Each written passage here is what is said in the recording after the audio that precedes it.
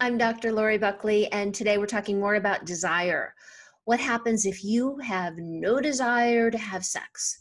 So first, it's really important that I say I don't want you to do anything that you don't want to do. When we are doing anything out of obligation or things that we feel that we have to or we should do, especially sex, it's not good. It doesn't turn out well. So is this something that you want? Maybe you don't feel like having sex. Maybe you've lost your desire, but is there something there in it for you? Perhaps it's making your partner happy, although I don't think that's the sole reason. It's a good reason, but also what's in it for you. Can it be something that could be pleasurable for you?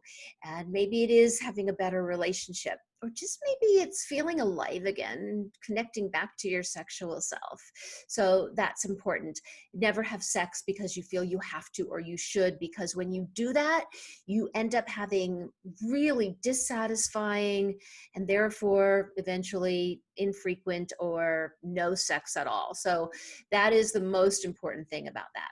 So first, try to figure out what is getting in the way of your sexual desire. Oftentimes it's anger. Are you angry with your partner? Have there been unresolved issues and therefore resentment? And if that's the case, they need to be resolved.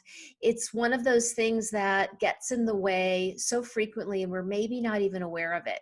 You know, we kind of blow something off, or maybe we've tried to resolve it, but just nothing works. Have a conversation. See if you two can get through this on your own through a loving conversation and a request. And if you can't, seeking therapy with a couples therapist might be a great idea. Sometimes that's what it takes. It takes a professional to help us move through these challenging things. Now, it might be something that is physical. Maybe it is exhaustion or medications you're taking that have, killed your desire. Um, it could be hormonal. I mean, we all have hormonal fluctuations, and as we get older, that becomes more true. So if that is the case, talk to your doctor. Sometimes there's simple things that you can do. Uh, Sometimes there isn't, but remember, physical and emotional sexual desire are two different things. So sometimes you may not physically feel like having sex, but if you can find that place in you where you have an emotional desire to have sex, sometimes that's enough. Some good lubricant, some new techniques or conversations with your partner can really, just get you fired up again.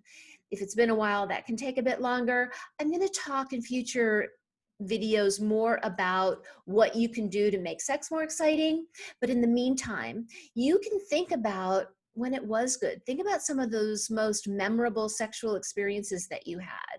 Remember what that felt like? Think about what that might feel like again.